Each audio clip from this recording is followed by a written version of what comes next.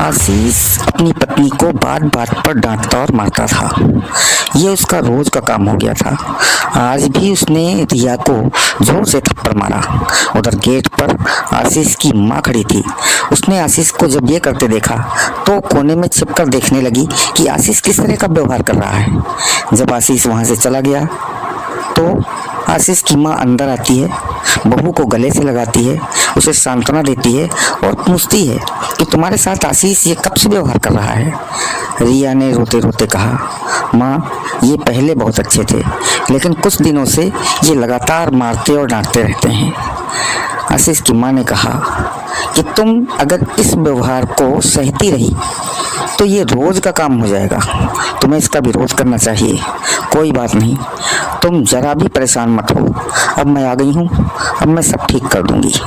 शाम को जब आशीष घर आता है तो आशीष की माँ रिया की साड़ी पहनकर वहाँ आशीष के बुलाने पर खाना लेकर जाती है। आशीष ने थोड़ा खाना खाया और क्रोध में चिल्ला पड़ा, कैसा खाना बनाया तूने, इतना नमक, और मारने के लिए हाथ उठाया। तभी आशीष की माँ ने हाथ पकड़ लिया और उसे झटका देकर के पीछे कर दिया और जोर से चिल्लाई, नालायक, तुझे शर्म नहीं आती अपनी पत्नी पर हाथ उठाने के लिए कोशिश करता है।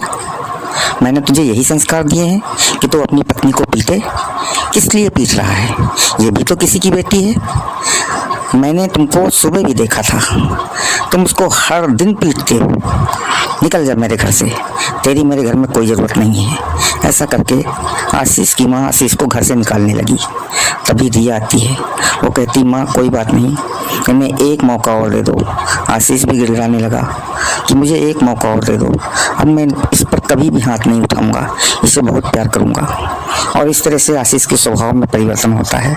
रिया अपनी सास से कहती है, माँ आप बहुत अच्छी हो, आप जैसी सास अगर हर बहू को मिले तो शायद ये दुनिया, ये संसार जन्नत।